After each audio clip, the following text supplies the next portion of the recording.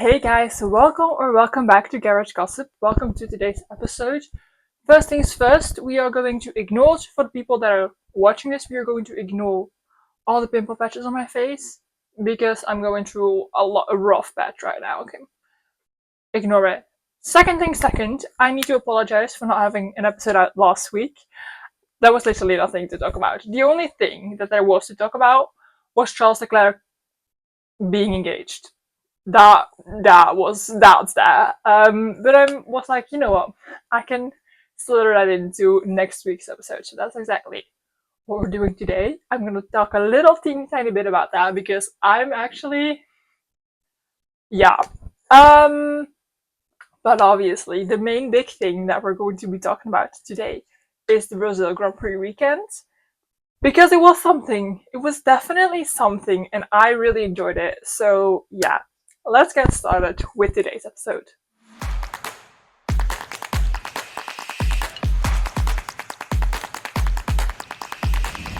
Okay, so like I said, first things first, Charles Leclerc being engaged. Charles Leclerc is going to be a husband, and I couldn't be happier. I could not be happier. I have been waiting for Charles to get engaged to Alex for so long.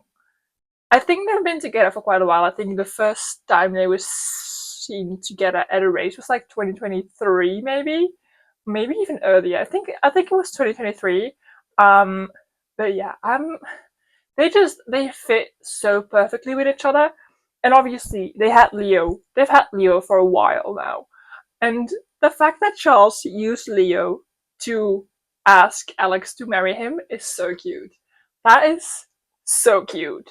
And also, I was thinking about this the other day. If these two ever have kids, it's over. For literally all of us. It's over for all of us because they will have the most beautiful babies ever. Right? They will have literally the prettiest kids in the entire world. Alex is beautiful. She is so hot. She's so hot. She's so pretty as well. And then Charles. I mean, do I need to say something about Charles? No, I don't. I don't. These two, their kids. Yeah, it's over for all of us. It's over. Yeah. I bet y'all hadn't thought about that. I bet y'all hadn't thought about that.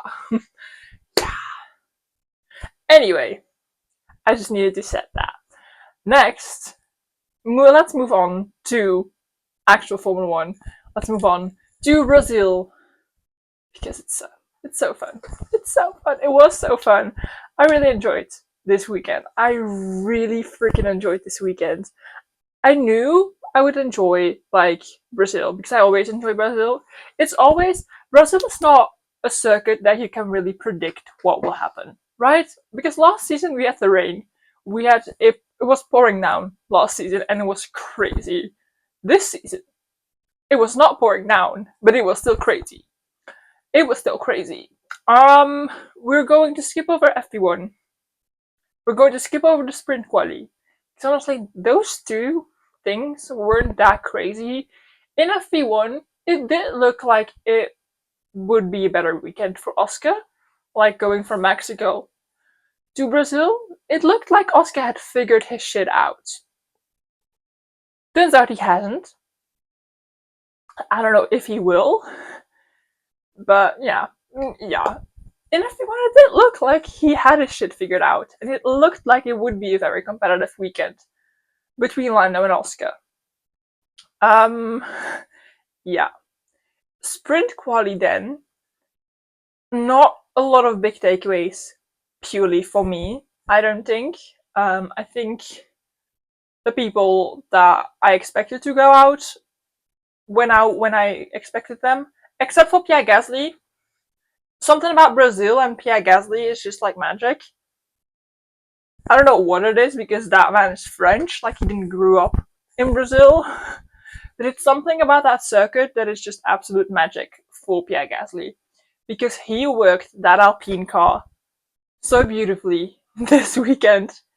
It's actually insane. I think he scored points in both races.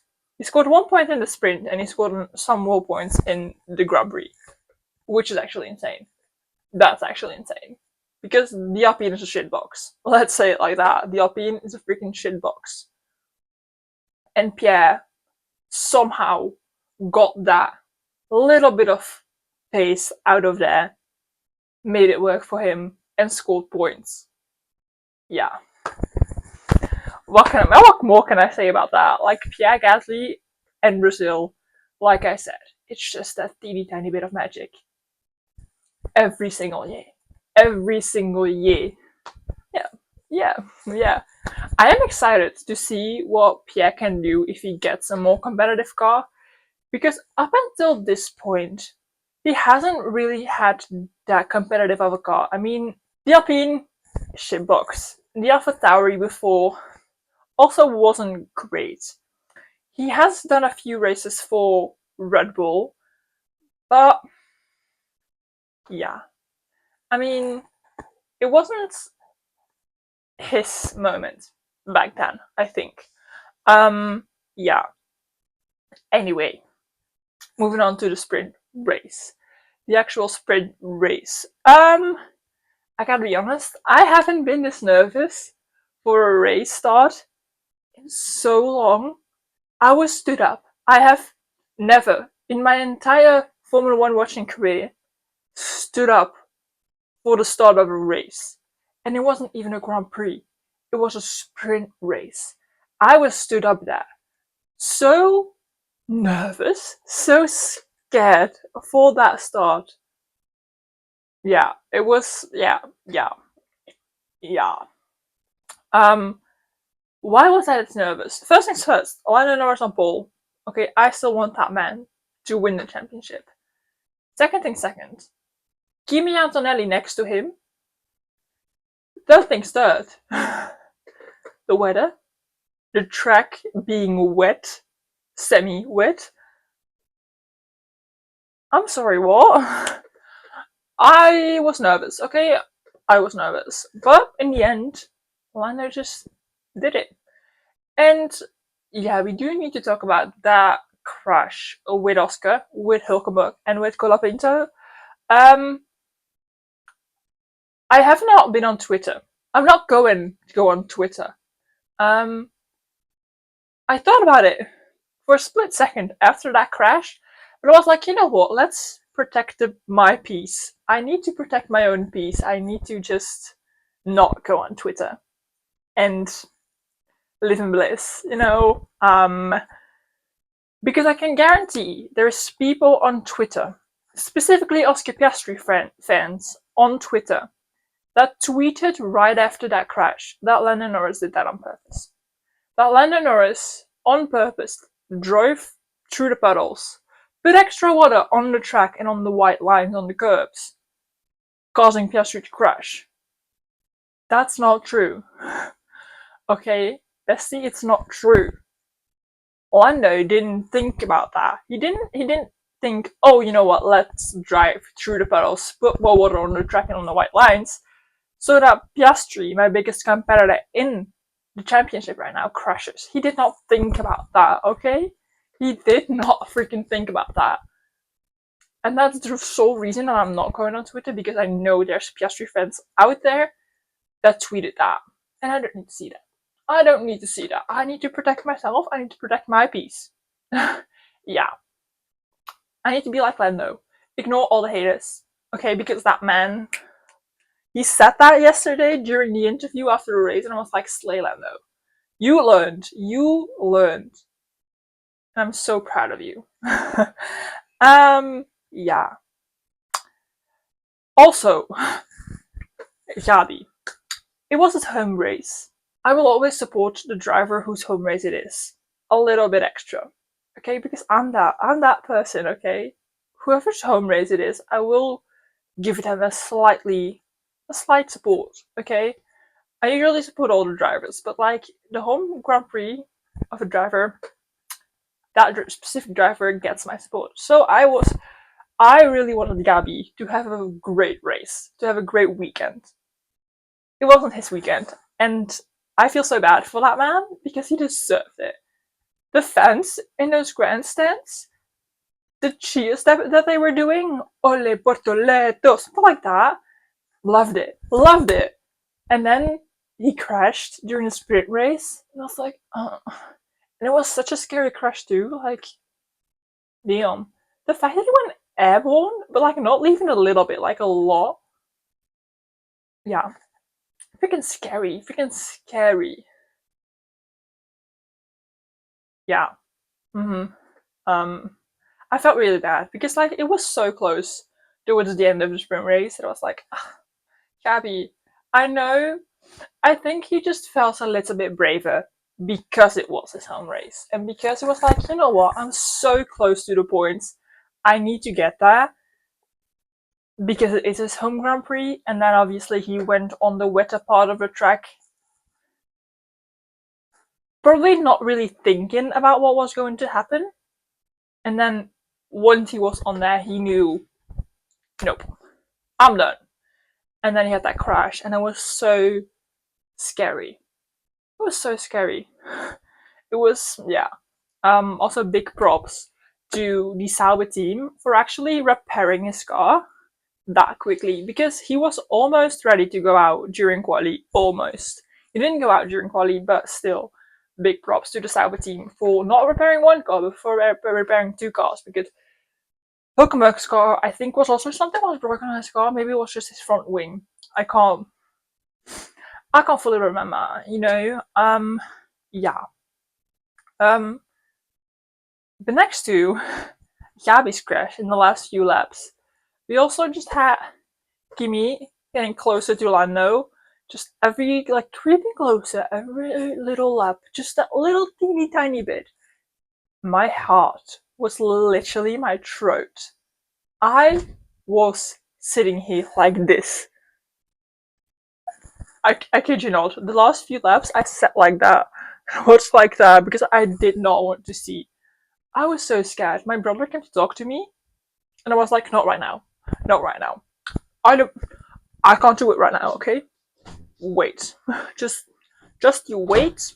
You know, once this race is finished, we'll chat. But right now, I can't do it. Right now, I just need to make sure that Lando wins this race because Oscar Piastri is not scoring any points. So it would be perfect if Lando scores like all the points that he can get.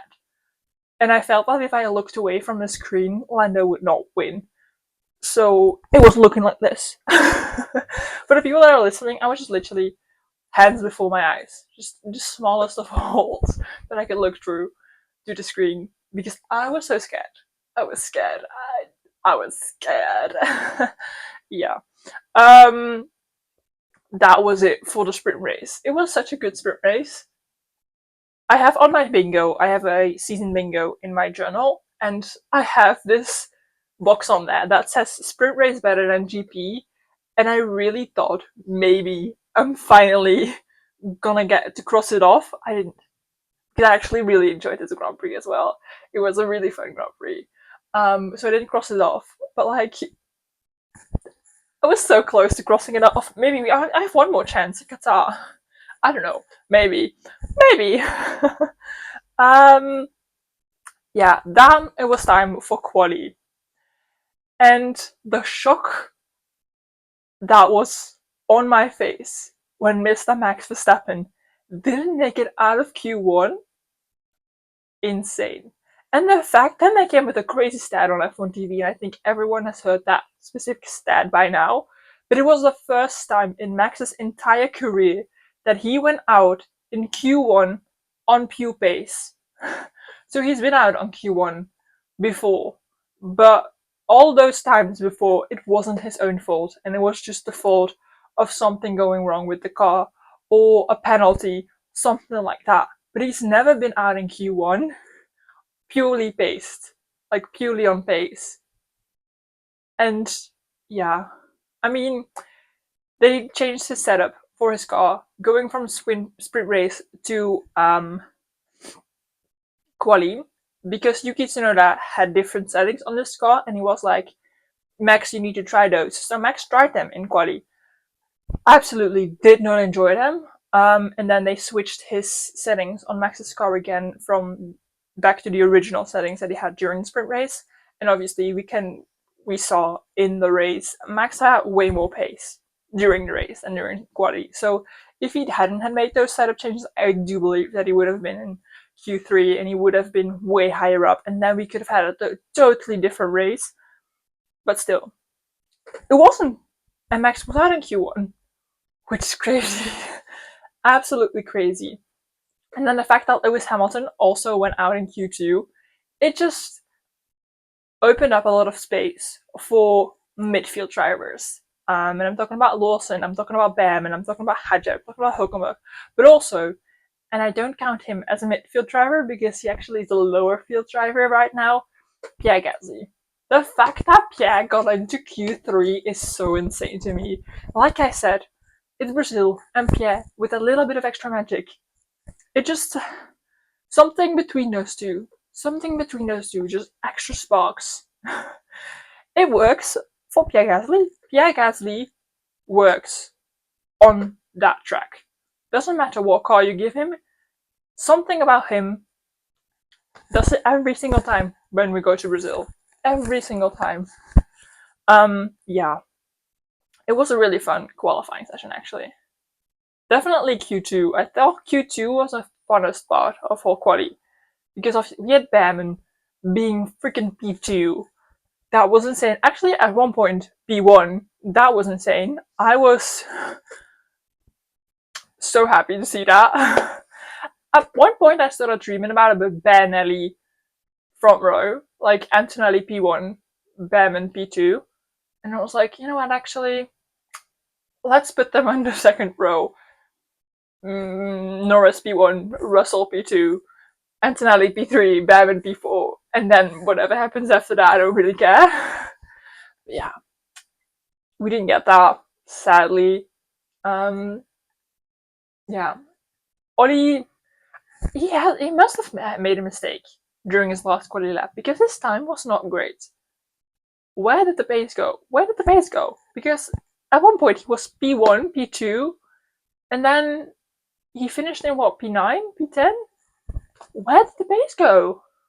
I was really sad to see that, but still very proud of him. He did great in qualifying and he did a great race as well. Yeah, it's a fantastic graph from Ollie during the race. He finished in P6, I think. Wait, I need to know. Lando in P1, Antonelli in P2, Max in P3, George in P4, Piastri in P5, yes, and then we have Bearman in P6. That's actually amazing, and it's really good for his like championship standings. Remember, before we went to Mexico, Ollie was P18 in the championship. Okay, he is now currently, and I need to look this up because I don't know out of my head, P11. That's insane. He's P11. He's the third rookie in the standings. So the first is obviously Kimi Antonelli. I mean, with a Mercedes as a car, yeah, it's obviously you are going to be higher than, you know, all the other rookies that have worse cars than a Mercedes. Then we have Isaac Hadjar in 10th, and then we have Ollie Bearman in 12th. In 11th, I'm sorry. Crazy.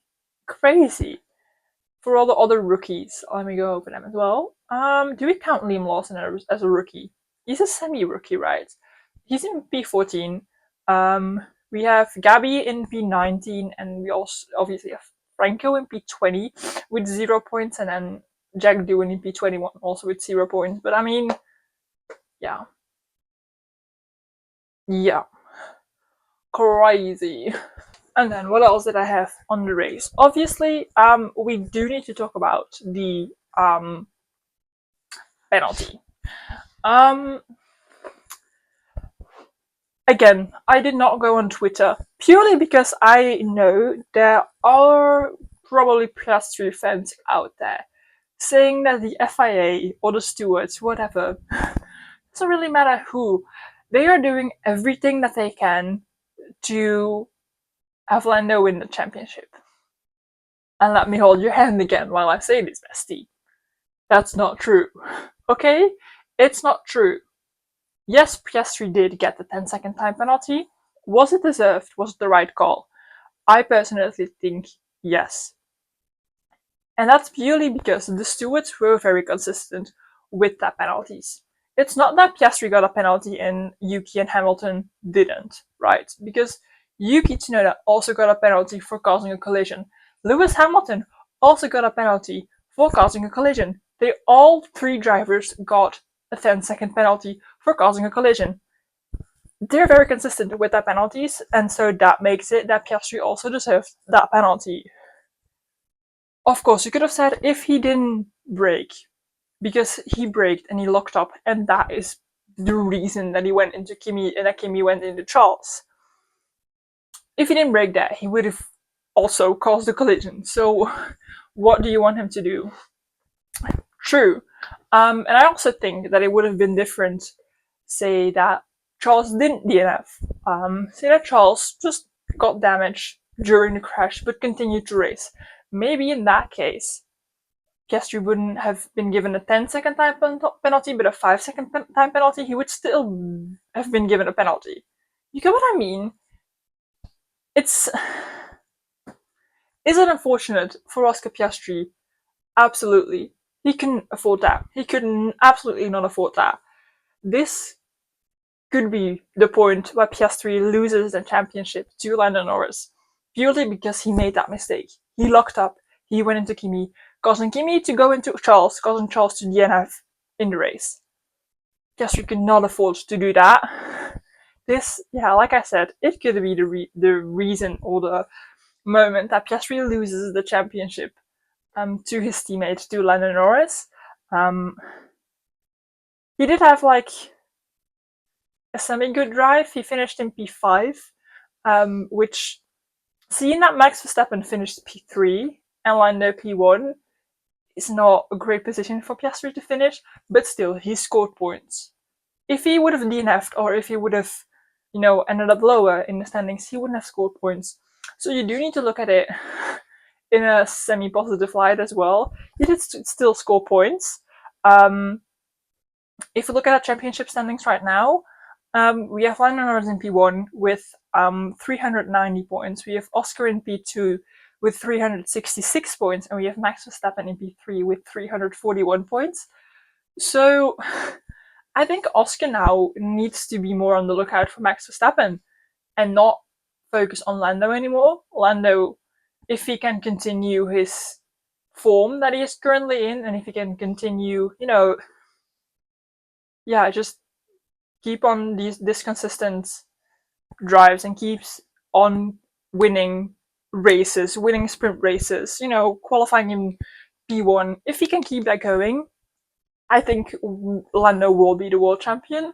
But they do still need to look out for Max Verstappen. Definitely Piastri right now. I mean, 366 points for Oscar and 341 points for Max. It's not that big of a difference. And Oscar really needs to look out for Max. If he wants to keep his P2 position, he really needs to look out for Max. Talking about Max, that drive that he did, that is insane. I'm not a big Max Verstappen fan, but you do need to acknowledge that that drive is insane. The fact that he went from pit lane to podium it really shows what a great driver Max Verstappen is. And like I said, I'm not a big Max Verstappen fan, but you do need to acknowledge that the drive that he did is absolutely insane. Not a lot of drivers could have pulled it off. I think of the whole grid right now, maybe Max Verstappen is the only driver that could have pulled that off. Maybe Lewis Hamilton as well, but not in the Ferrari that he's currently driving. Fernando Alonso maybe as well, but also not in Aston Martin that he is driving. It's absolutely insane. Did Red Bull need to pull Max into the pits the last time that they did? I don't think so, and they could have maybe fought for the win with Lando, or maybe P2. Well, they did fight for P2, but on one side, I do get the reason that Red Bull pulled Max in to the pits, change tires, have fresher tires to be able to fight Kimi Antonelli for P2. On the other side, I'm just like, was it really necessary? Was it really necessary to pit Max and to give up that race win? I don't know. I don't know. Like, Red Bull obviously have way more data than we do as at home. But we saw, for example, Esteban Ocon did a stint of, I think, 38 laps on a medium tire. Max could have easily done that because there weren't even that many laps left in the race. So, yeah, it's a double thingy because obviously, like I said, Red Bull have way more data. They can see what that tire is going to be like for Max. But yeah, I don't know. But it was still a fantastic drive by Max Verstappen, and we do need to acknowledge that. Like, it really shows why he is a four-time world champion. It really shows. Obviously, one of those world champion titles, 2023, I mean, wasn't really a fair year, but still, it shows that Max Verstappen is a great driver, and it shows why he is a four-time world champion. Yeah, it was such an entertaining Grand Prix, while not a lot of things happened. If you get what I mean. We had the safety car in the beginning of the race. We had then a virtual safety car shortly after that. But then, not a lot happened, to be honest, up until like the end of the race. But we did have a really strategy-based race. And I think those are fun too. So yeah, I really enjoyed this Grand Prix. One more thing about the race, about the Grand Prix and about the sprint race. Mr. Lando Norris knows how to freaking do a restart. He knows how to do a restart, and he kept cool. I think if we went back to last season's Brazil Grand Prix, and we would have put this, like last season's Lando Norris, in this season's situation, he wouldn't have been able to pull it off. It's just something in Lando Norris's mindset that has switched. And the man knows how to keep cool. He knows how to keep his nerves in check, and he knows what's on the line. He said it, like I said, in his post-race interview. He decided to not listen to other people anymore, to not listen to the haters, to not listen to anybody that has anything to say on him, and just focus on himself. Work harder on track, work harder off track. Just, go for it. And it really shows that he's putting in that much effort. And I, as a Lando girly, really appreciate that. Because this shows what Lando is capable of. And I am so proud of him for finally being able to show that.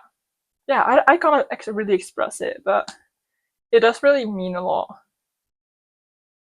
I think I'm gonna cry once that Lando is actually like world champion, when it's like finalized that Lando is the 2025 Formula One world champion. I think I might cry. Yeah. I also cried when he won his first Grand Prix in Miami last season, so yeah. And that's everything I have on Formula One. I do really quickly want to put something F2 related in here. The 2026 signings also going on in F2.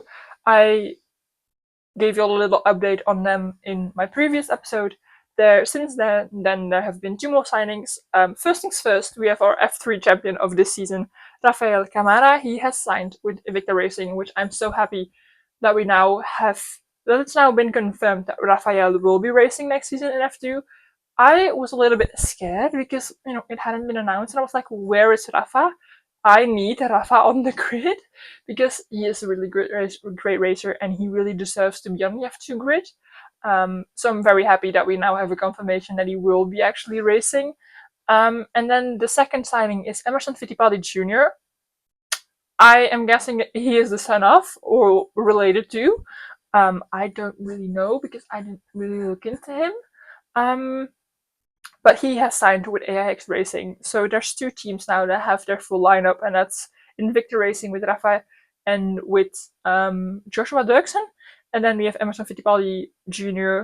with AIX, and also Ian Shields with AIX as well. So those two teams are like fully booked. There's still a lot of signings that need to happen. There's a lot of drivers that I don't know what they will do. Because, for example, Jack Crawford, he has signed with Aston Martin to be their Destin Reserve driver. First Destin Reserve driver? I don't know. One of their Destin Reserve drivers for next season. And I think there's other drivers that may as well go and do that. I'm thinking Luke Browning might do that. But I don't really know. It depends on like who wins the championship, I think. Because obviously the person that wins the championship in F2 this season cannot return. So like, yeah, it really depends. But we still need to wait for F2 to return. Next race weekend is Las Vegas. We do have a feeder series joining. We have F1 Academy, and I'm so excited for F1 Academy because it is their last race. It will be decided who will win championship. Obviously, it's still really open. Maya Bug can win. Dorian Père can win. Maybe Ella Lloyd, I think, as well, but I don't really know about that. But it is still really open in F1 Academy as well, and they only have 2 more races. Both in Las Vegas, because they have 2 races in a weekend, every race weekend. So yeah, it's going to be very interesting for them as well. So I really highly encourage you to watch it if you have the time. And yeah, that being said, I hope you enjoyed this episode. I really did. I yapped. Yeah. Don't forget to like, subscribe, comment, all that YouTube stuff that you guys that are watching this know how to do. On Spotify, Apple Music, I really don't know how it all works, but if you can leave a good review, because I know that is something that you need to do on Spotify. If you can leave a good review, that would be very, very, very highly appreciated. And yeah, like I said, with that being said, you on YouTube, you'll see me again next week. And you on Spotify, Apple Music, or wherever you are listening to this right now, you will hear me again next week. Bye!